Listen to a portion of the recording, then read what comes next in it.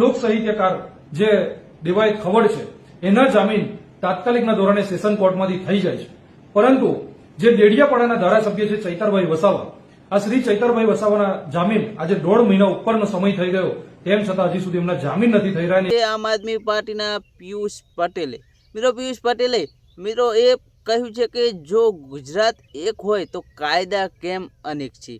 દર્શક મિત્રો, તમને જણાવી દઈએ કે ગઈકાલે રાત્રે દેવાયત ખવડ મિત્રો જામીન દ્વારા છૂટા થયા છે. ત્યારથી મિત્રો લોકોમાં ચર્ચાઓ ચાલી રહી છે કે દેવાયત ખવડને જો જામીન મળતા હોય તો પછી ચેતર વસાવાને કેમ હજી જેલમાં રાખ્યા છે. મિત્રો આ વાત કહેવામાં આવી છે પિયુષ પટેલ દ્વારા. દર્શક મિત્રો, તમને જણાવી દઈએ કે દેવાયત ખવડ મિત્રો 15 કલાકની અંદર જેલમાંથી મુક્ત કરવામાં આવ્યા છે. ત્યારે મારા ભાઈઓ એ ચર્ચાઓ શરૂ થઈ ગઈ છે કે જો દેવાયત ખવડ ડાયરા કિંગને જેલમાંથી મિત્રો જામીન મળી જતા હોય તો પછી જે ધારાસભ્ય ચેતર વસાવાને કેમ જામીન મળતા નથી. મિત્રો બંનેની સેમ કલમો છે, તો પછી ગુજરાતમાં કાયદા કેમ અનેક છે, બંને વચ્ચે કેમ આટલો તફાવત છે. મિત્રો એવું કહેવામાં આવ્યું છે પિયુષ પટેલ દ્વારા.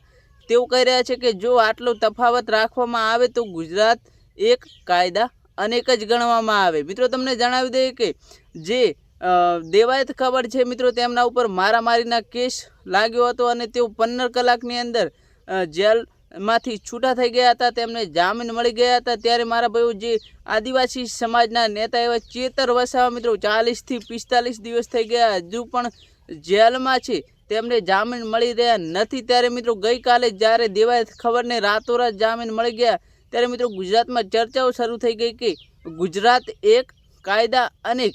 કેમ કે દેવાયત ખબર જે ડાયરાના કિંગ છે, લોક સાહિત્યકાર છે, તેમને રાતોરાત જામીન મળી જતા હોય તો પછી આદિવાસી સમાજના જે નેતા છે આમ આદમી પાર્ટીના, તે એવા ચેતરભાઈ વસાવાને કેમ 40 થી 45 દિવસ સુધી તમે જેલમાં રાખ્યા છે. મિત્રો બંનેની સેમ કલમો હતી, સેમ જ મિત્રો બંને ઉપર કાયદો લાગ્યો હતો, તો બંનેને સેમ રીતે છૂટા કરવા જ જોઈએ. તો મિત્રો આવું અત્યારે લોકોમાં ચર્ચાઓ ચાલી રહી છે. મિત્રો આ બાબતે તમારું શું કહેવું કોમેન્ટ કરી દેજો. આ વિડીયો મિત્રો સોશિયલ મીડિયા આધારિત છે. અમે કે અમારી ચેનલ આની કોઈ પણ જાતની પુષ્ટિ કરતા નથી. વિડીયો ગમે તો વિડીયોને એક લાઇક કરજો. ચેનલ પર નવા હોય તો ચેનલ સબસ્ક્રાઈબ કરવાનું ભૂલતા નહીં.